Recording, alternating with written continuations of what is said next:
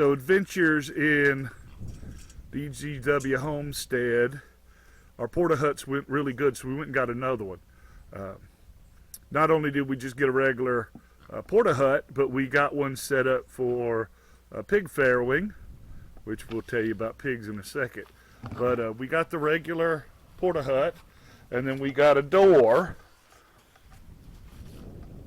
got a roller, so when the babies are born, they'll roll right off of the mama so they don't get drug out. And then if you see, it's got this bar that goes all the way around on 3 sides so that babies don't get smushed by their mama. Jenny went to go get a little baby boar, so this is probably going to have to come off, but it's pretty easy. It just clamps up there, it just lays up here, and then it's held on by a couple of pins, so that'll come straight off.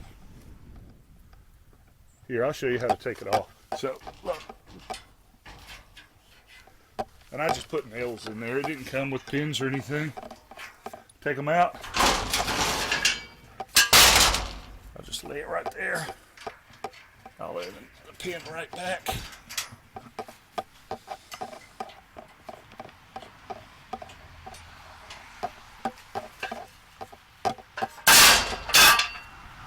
There you go.